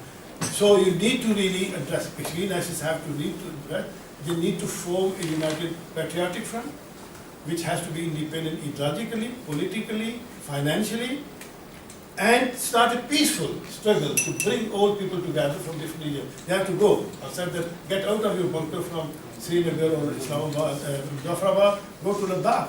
Ask those people. Ladakhi do not consider themselves, even Gilgit-Baltistan do not consider themselves Kashmiri. So the only way forward is to really start a peaceful movement, but going all to but having a common purpose, and I have suggested some unifying point. And then you start this movement of national liberation and right of self-determination within all part of Kashmir, even 4, 5, 6 groups in each region, and come to a platform, work for 5, 6 years, and become known internationally that you are actually a people who want to restore your lost sovereignty. The issue of sovereignty has been brought in forefront of struggle. Kashmir was a sovereign state, it was divided. And then you find another one country from the global actually community of the United Nations, which will take your project internationally. Through existing United setup, UN nation setup, through existing actually political structure, you have no chance. And my hunch as a sociologist and political theorist, and I will say that Kashmir is going to be given permanent. It's already divided. There will be the conflict resolution approaches, 3-track or multi-track approach will ultimately result into a further division or trifurcation of Kashmir and ratified by India and Pakistan, because their own interests are now demanding that the use of resources from rest of Central Asia for energy trade and commerce development, because it is led by the whole struggle in India and Pakistan is led by staunch capitalists, stooges of imperialism, and that's the perspective I come from. Unless you have progressive, radical, socialist, kind of emerges in Southeast Asia as a whole, there is no chance for national movement to really, because nations are never given freedom by capitalists or imperialists. Nations have actually achieved freedom from progressive people or support from progressive people, and whole kind of anti-imperialist or anti-colonial movement is witness of that, and I will refer to that. Vietnam struggle, Cuban struggle, or Algerian struggle, or other, Angola, Mozambique, and Latin America, they were supported not by America, not by Britain, not by capitalist stooges of there, but socialist and Marxist regimes and movements in the world. And that is the route we need to really find an independent platform to bring all the, you need to, people need to really think what the hell we are doing. 4 people forming a party and using the name of National Front. That's it's a front of the very concept of nation and national movement. We are too divided, too diverse, too dishonest, and too actually intellectually lazy to go and find new avenues. And that's the challenge that we need to really look at the whole issue, otherwise we are wasting 3 generations. We don't waste time. After the bold challenge, to all of you, really. Good. I'm not going to ask any questions to Nazir. I'm going to open it for discussion. Half of the people have already left. Yeah.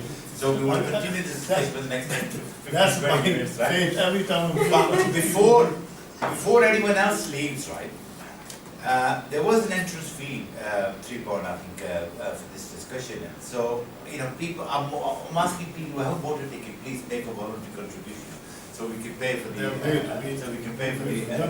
pay for the room and, the refreshments and all that as well. So, on that most important note, sorry, that comrade and then Safdar. Sorry, Safdar. Yes, It's a lot. thank you very much. Could you give your name, please? My name is Ali. Ali. Ali, yes. Right. Okay. In terms, yes, you said capitalism have corrupted so many politicians by George Bush as the first, but last one we don't know who. In terms of the different culture in Kashmir and India, and inside Kashmir itself is Pakistani Kashmir and Indian Kashmir. They have, I saw some of them, but there's minor different culture. It's okay. With the religions, don't you think the religion is part of the problem or part of the solution? I haven't finished my question yet. Because there's so many liberal groups, they have dismantled with respect to the rule of law, for example, in Egypt. They united all of them, the liberals, the corrupted politician, corrupted religious, like head of the church, head of the Sheikh al-Azhar. They became, again, it's a very respected human principle, which is the ballot box. The religion is part of the problem or part of the solution. In case of Britain, there's so many religious divisions in India and Pakistan, Kashmir, yes. But do you think bringing them into the central religion, centralize them, and reforming the financial situation of each religious group, for example, the Hindu apart, Buddhist apart, the Muslims, and reforming their financial situation, was holding them the responsibility, social, economic, and also. I'm sorry, would be because solution of the or be the time, problem. can you just stick to questions, please? I'm Could really you sorry. quickly conclude your question? Your question is religion part of problem or part of solution? Yes, unite, centralize the religion back, because the religion now is out of control. Hold on. Bring it back again to control, and with the reform. No, actually, nation has progressed apart from one. There's no nation in the international global community which is based entirely on religion. One example is Israel, which doesn't claim itself as a religion, but was created for a religious community. The other is Iran. Both are struggling. Okay, our perspective, my answer to your question, religion is a problem. Religion divides, let alone. It's a problem. Yeah, religion divides on the basis of particularly the religion of political Islam. Political Islam as a religion is the most divisive and brutal, instrument in the hand of corrupt people, because they are killing. Look at what's happening in Pakistan. Religious movement was created by Saudi Arabia, American imperialism, and Pakistani corrupt generals to counter, as Fahd said, the threat of socialist or communist regime from Russia. The question is, what has happened?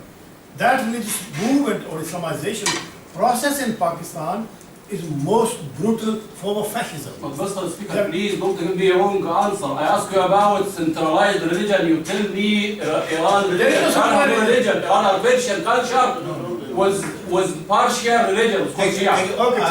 It's not religion, Iran. Sorry, I'm going to take something. Shia. We can have that discussion Yes. Brother, this discussion is on Kashmir, not on Iran, please. Okay. Yes. Can I just ask all the panel, please? From my perspective, I'm a British Kashmiri, and obviously I come from Pakistani occupied Kashmir, or Azad Kashmir. And in both parts, Indian part and Pakistani part, that's controlled by both India and Pakistan. Political parties from India and Pakistan are strengthening their control in those areas. Did you see us Kashmiris ever trying to loosen that control, or India and Pakistan themselves, to a certain extent,